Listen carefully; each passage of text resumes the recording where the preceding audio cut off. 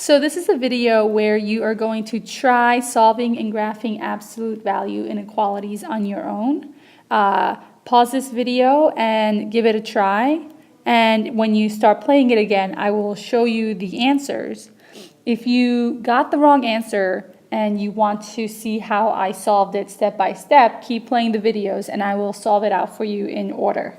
All right, so here we go.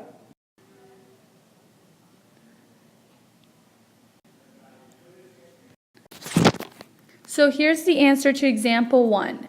Make sure that you have each piece correctly, right? With the graph, the inequality, and the interval notation.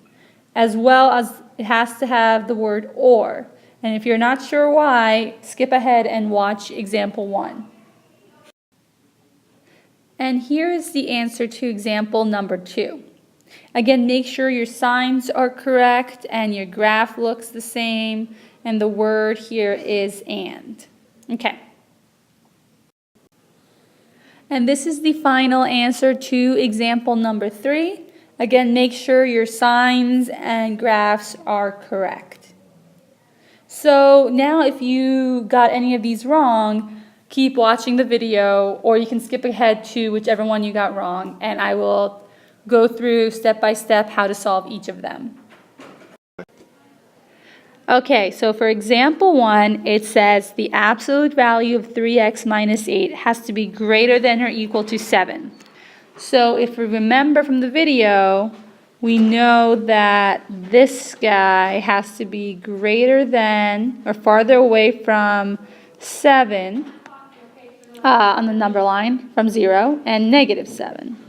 So this looks like it's an or situation where I know that 3x minus 8 has to be less than or equal to negative 7, or 3x minus 8 has to be greater than or equal to 7.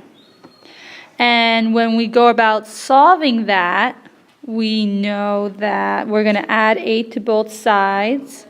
We get 3x is less than or equal to 1, and therefore when we divide by 3, we get x is less than or equal to 1/3.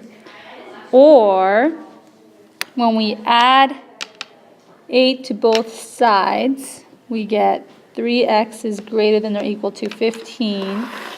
When we divide by 3, we get x is greater than or equal to 5.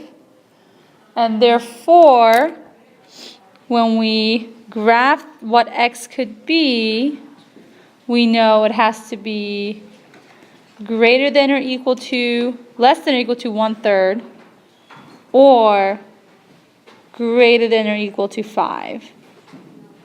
And to write the interval notation, you are just going to have negative infinity to 1/3, but in a bracket because you're including 1/3 in your solution, or bracket 5 comma infinity.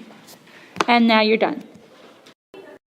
Okay, so for example 2, we know that 15 minus 2x has to be closer than 3 to 0. So if I show this on a number line, I need to be in between negative 3 and 3.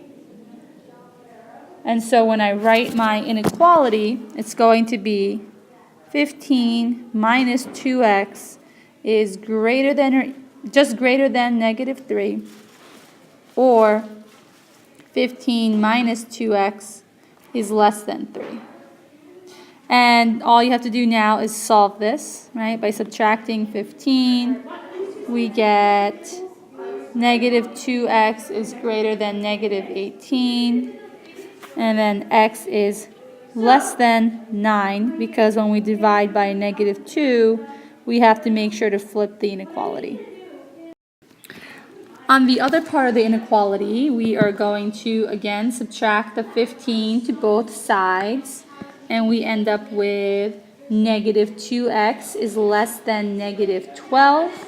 And when we divide again by a negative, we are going to flip the sign, or flip the inequality here, and it ends up being x is greater than 6.